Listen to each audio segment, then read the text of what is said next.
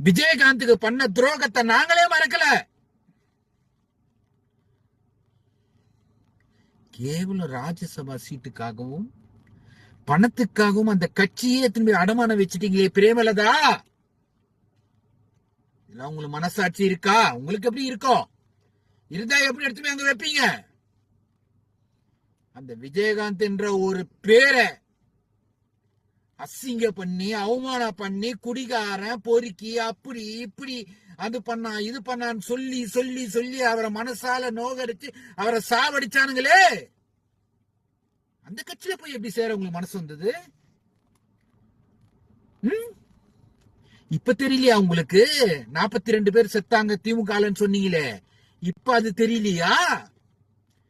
தமிழ்நாட்டுல கொலையும் கொள்ளையும் கஞ்சாவும் அபீனும் சுத்துதுன்னு சொன்னீங்களே திமுக ஆட்சியில, இப்ப அது தெரியலையா? காசு கண்ணை மறைச்சிச்சா?